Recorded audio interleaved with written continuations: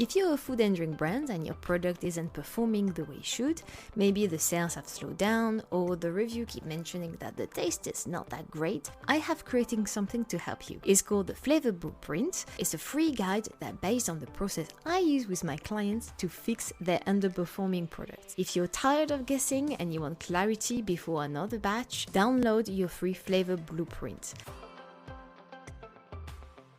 If you want to create food or drink product that actually taste amazing, get the repeat purchases and see your sales go up, you need a flavor strategy.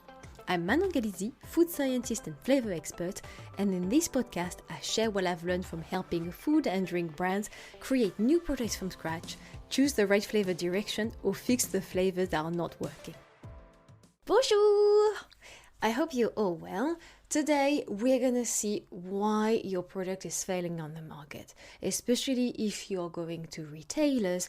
It's not only hard to get to a retailer and be on shelf, the most difficult thing is actually to stay on their shelf. As soon as your product starts decreasing in sale, start failing, you're gonna be removed just like that.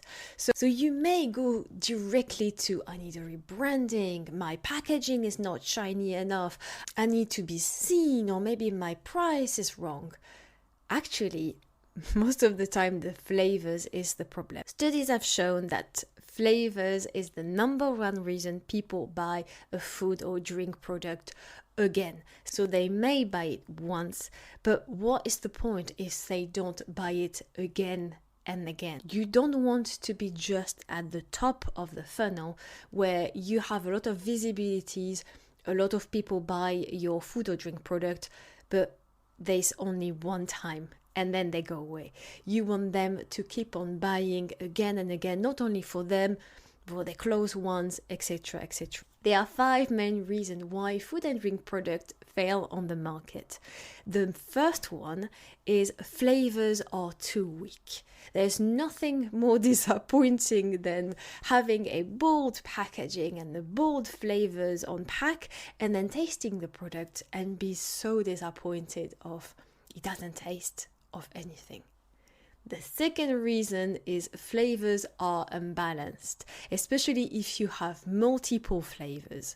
If one flavor overpowers the other, that is a no-go. Everything has to be harmonious and balanced. 3, flavors are unrecognizable. And again, it may be linked to the fact that it's too weak. Again, most people play the marketing tool of having very specific type of flavors, like for example, a chocolate brownie, a barbecue Korean steak.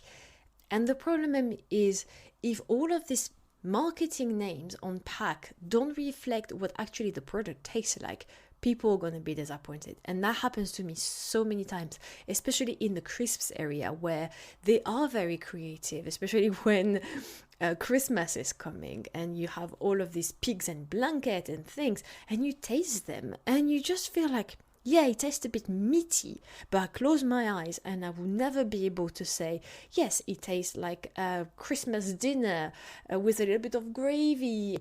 It just tastes general meat and it's not good enough. One of my customers actually wanted to do that on their packaging. We worked on one of their vegan products and it was a vanilla flavor we were working on.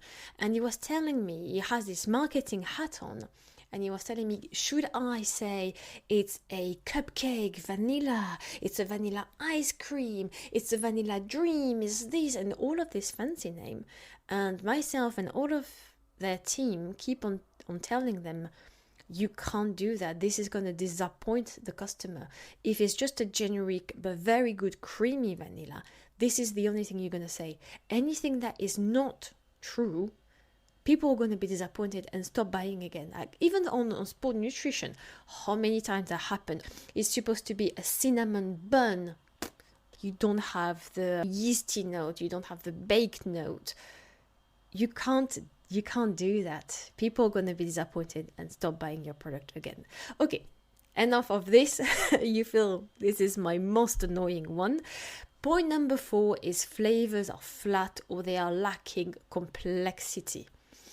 You have to think as flavors, the same as perfume, as layers. So you have the top note, the one that are very volatile and very fresh most of the time. Then you have the more middle note, the more complex note, and then you have the base note, where you have more lingering aroma compounds. So you have something that is very woody, a little bit heavier. So you have to think of a flavor as a perfume, where you need all of these notes to be able for people to think, oh yes, I'm going to have this product because the flavor is so good.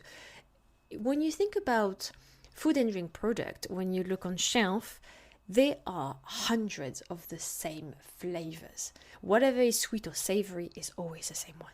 It's always chicken, it's always barbecue, it's always vanilla, it's always strawberry, it's always chocolate.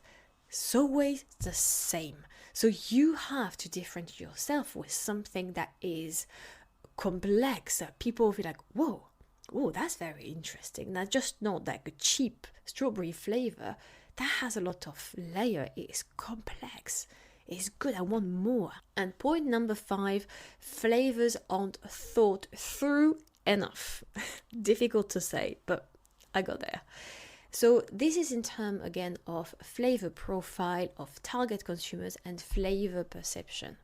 An example I give you was another client, and we worked on their strawberry flavor for one of their products. And there were 2 flavor profiles for strawberry that seems to fit their.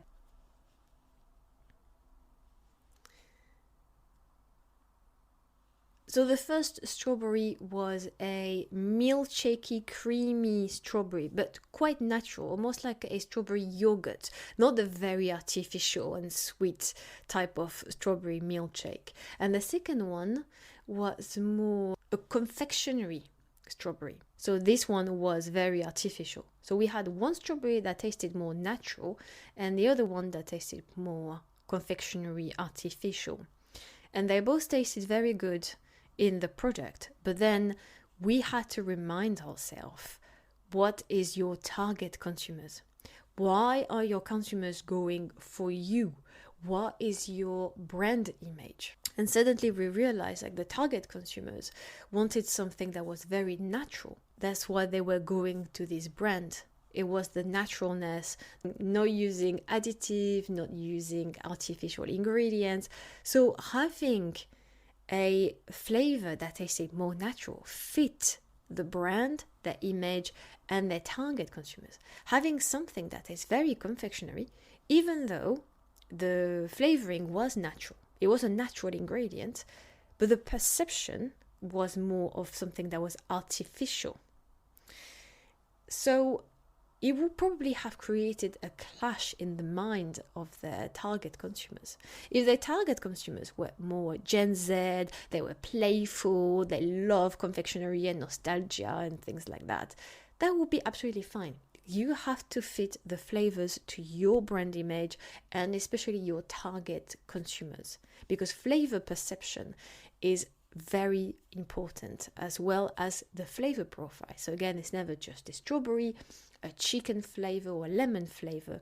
What are the different characteristics of this product? And all of these questions you have to ask yourself when you are developing your food or drink product, because at the moment there is a war around flavors and taste, especially if you're in the vegan or in a functional space, which this product can be very challenging in terms of bitterness, earthy notes, fishy notes, etc., etc. So all of these brands I always see, we taste better, we taste the best, the flavors are incredible, choose us because of the taste. Because this type of market are more and more crowded, you can't just have a very functional product and think this is enough. This is the war against flavors, because everyone nowadays is using a lot of mushrooms, reiki mushroom, maca, ashwagandha, all of these incredible ingredients. Everyone does it now. So how can you make yourself differentiate from your competitors. You have to think as flavors as your USP in this crowded market and be the focal point of your product development. Okay, so if we recapitulate, the main reason why a food or drink product fell on the market is because of the flavors. And we said is either because the flavors is too weak, unbalanced, unrecognizable, flat, or lacking complexity, or is not through enough and doesn't correspond to your target consumers and your brand image. I hope this episode is helpful for you, and I will see you tomorrow. Bye! Thank you for listening. If you got value from this episode, follow the podcast and subscribe to my newsletter for more tips and knowledge about food and drink product development.